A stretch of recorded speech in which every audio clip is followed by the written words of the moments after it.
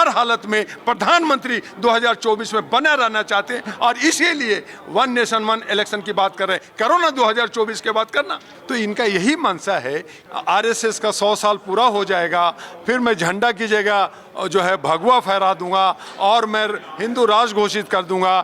15 अगस्त को उन्होंने घोषणा किया सामाजिक वो सेवा पर आधारित जातियों के लिए 1700 करोड़ देंगे। वो एक तरफ लोभ दिखा रहे हैं और दूसरी तरफ हमारे डिप्रेस क्लास के सेवा पर आधारित लोगों के लिए गर्दन काटने के लिए विशेष सत्र बुला रहे हैं। जैसे इन्होंने थाली बजा दिया, ताली बजा दिया, उसी तरह से ये लोकतंत्र को खत्म करके राजतंत्र में बदलना चाहते हैं। अब बहुसंख्यकों को जागना होगा। जो कहते हैं कि मैं गौतम बुद्ध की धरती से हूँ, जी वो जो कहते हैं कि मैं 85% हूं, उनको जागना होगा। अगर नहीं जागे तो इन सब को गुलाम बनकर रहना पड़ेगा। अगर जयप्रकाश इंदिरा गांधी को जेल भेज सकता है तो डॉक्टर दुआ मोदी को जेल भेजेगा और अमित शाह को भी हमने जेल भेजा था।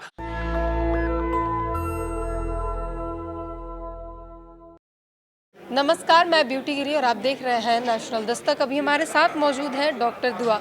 क्या कहेंगे, अब नया एक मुद्दा आया है वन नेशन वन इलेक्शन। ये जो है हमेशा शगुफा छोड़ते रहते हैं आदरणीय माननीय सम्माननीय मोदी जी।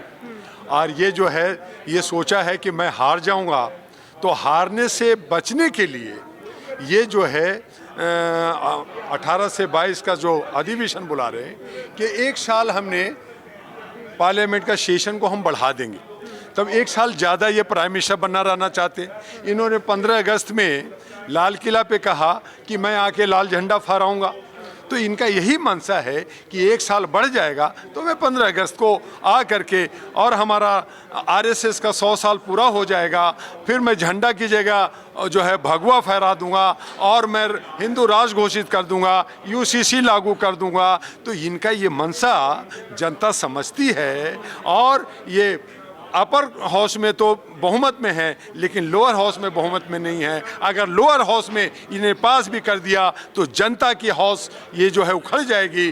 जो ये 1977 में जो हमारा इमरजेंसी लगा था, उससे बड़ा यहाँ पे इमरजेंसी लगेगा और बहुत बड़ा क्रांति खड़ा हो जाएगा। और तब मोदी जी को जो झोला लेके आए थे वो झोला लेके भागना पड़ेगा।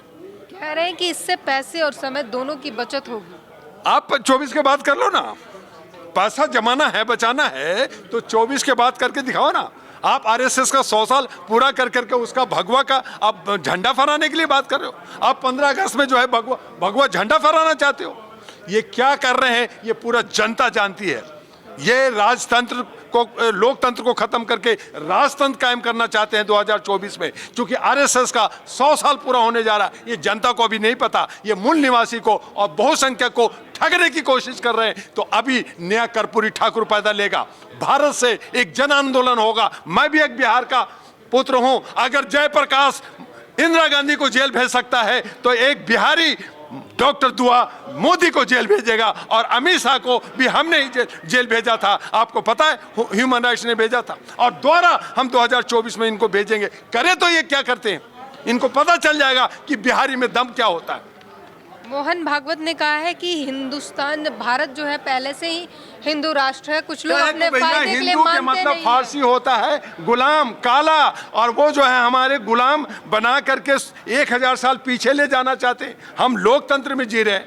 हम आप अमृतसर महोत्सव की बात आप कर रहे हो, आप खुद ही मना रहे हो और आप खुद ही उसका बायकाट कर करके आप जो है जान कर बूझ करके किसी तरह से एन कैन पेरकान तरीके से आरएसएस का 100 साल का महोत्सव मनाना चाहते हो।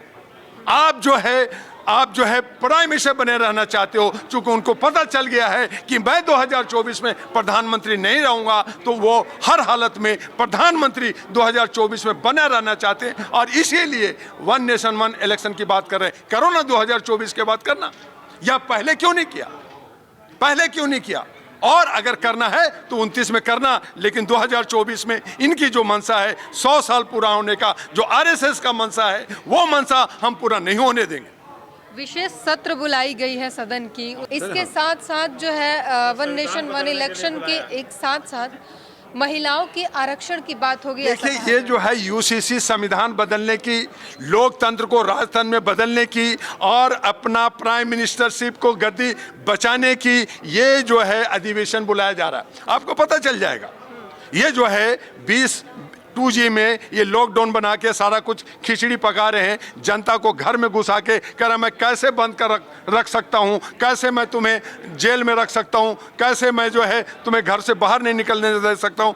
ये सब प्रैक्टिस कर रहे हैं और प्रैक्टिस कर करके ये जो है एन कैन प्रकार तरीके से, जैसे इन्होंने थाली बजा दिया, ताली बजा दिया, उसी तरह से ये लोकतंत्र को ख़त्म करके राजतंत्र में बदलना चाहते हैं। और आरएसएस को 100 साल का उत्सव मनाने के लिए 2024 में वो चाहते हैं कि मैं प्रधानमंत्री बनूं। आप मनुवादियों को, आप बहुसंख्यकों को जागना होगा। जो कहते हैं कि मैं गौतम बुद्ध की धरती से हूं, जी वो जो कहते हैं कि मैं 85% हूं, उनको जागना होगा। अगर नहीं जागे तो इन सब को गुलाम बनकर रहना पड़ेगा। और मैं आपके चैनल से कह रहा हूं कि फिर रोने के सिवा इनके सामने कोई रास्ता नहीं रहेगा। सर क्या कहेंगे, मोदी के करीबी जो है लोग संविधान बदलने की बात कर रहे हैं, बोल रहे हैं भारत को नए संविधान की जरूरत है। आज विशेष सत्र की जो सवाल आपने किया है, विशेष सत्र 18 से 22 तक ये उनकी मोनोपोली का एक स्पेशल घोषक है, क्योंकि अभी सत्र चल रहा था, स्पेशल सत्र बुलाने जा रहे हैं। वो कह रहे थे कि हम रोहिणी कमीशन को लाए हैं, काका कालेलकर कमीशन की रिपोर्ट पढ़ लीजिए, उसमें वर्गीकरण के रूप में 1908 से पहले 1978 में जननायक कर्पूरी ठाकुर ने इतिहास रच दिया वर्गीकरण का। आज जो है ये वो सत्र बुला करके हमारे बीच अगरचे कर्पूरी जी के इतिहास को रौंदने के लिए ये चाह रहे हैं कि रोहिणी कमीशन के 4 टुकड़ों में बांट दे। जननायक कर्पूरी ठाकुर के इतिहास को रौंदना चाह रहे हैं। अगरचे कर्पूरी ठाकुर आरक्षण मॉडल पर इन्होंने विशेष सत्र में अगरचे रोहिणी कमीशन की रिपोर्ट 2 वर्गों में, जिस तरह बिहार में कर्पूरी ठाकुर ने जो फार्मूला दिया, तमिलनाडु में 69% का मॉडल फार्मूला दिया, ये दोनों इतिहास को ये बीजेपी की सरकार रौंदना चाह रही है ये स्पेशल सत्र बुला करके। अगरचे इनकी मंशा को हम लोग विरोध करेंगे, वो सड़क से लेकर संसद तक हम लोग धरना प्रदर्शन पूरे भारत में जन जागरण करेंगे। आज सत्र में महिलाओं की भी बात होगी, उनके आरक्षण की बात होगी। महिलाओं के लिए तो तमिलनाडु भी जननायक कर्पूरी ठाकुर ने इतिहास रच दिया 1978 के कर्पूरी पर। पहले जनगणना करवाएं, उसके बाद में 85% जो बहुसंख्यक हैं उनको 85% आरक्षण दे। महिलाएं जो 49% है, उन महिलाओं को 49% है। आप झुंझुना देना चाहते हो? आप 1200 आपने गैस का बढ़ा के और 200 कह रहे हैं कि जो मैंने जो रक्षाबंधन का जो है तोहफा दिया। तो आप क्या देना चाहते हो? जो आप ओबीसी का 27% आरक्षण दिया है, क्या 27% मिल रहा है? वो क्रीम लेयर में 4.1% भी उसको भी छीना जा रहा है। तो आप आरक्षण देके आप जो है ओवरऑल सब मिला जुला के हम ही थोड़ा देंगे थोड़ा दोगे। उनके पीछे का मंशा है कि वो 2024 में प्रधानमंत्री बने रहना चाहते हैं और ये नहीं होगा, ये जन आंदोलन होगा। और उनको अगर चुनाव नहीं कराए मई में तो रोड पे जो है खून की नदियां बहेगी। 15 अगस्त को उन्होंने घोषणा किया सामाजिक वो सेवा पर आधारित जातियों के लिए 1700 करोड़ देंगे। वो एक तरफ लोभ दिखा रहे हैं, जितना सेवा पर आधारित जातियां हैं वो लाल किले के तहत ही उन्होंने घोषणा कर रहे हैं कि मैं दूंगा। और दूसरी तरफ हमारे डिप्रेस क्लास के सेवा पर आधारित लोगों के लिए गर्दन काटने के लिए विशेष सत्र बुला रहे हैं। और विशेष सत्र में कर्पूरी फार्मूला के तर्ज पर उन्होंने लागू नहीं किया तो गांव से लेकर सड़क तक, संसद तक हम लोग आंदोलन करने के लिए तैयार हैं। उसमें पूरे भारत हम लोग जाकर तमाम सुरक्षित क्षेत्रों पर हम लोग रिजर्वेशन वाली जो क्षेत्र है वहां जननायक कर्पूरी ठाकुर का 100वां जन्मदिन शताब्दी मनाएंगे।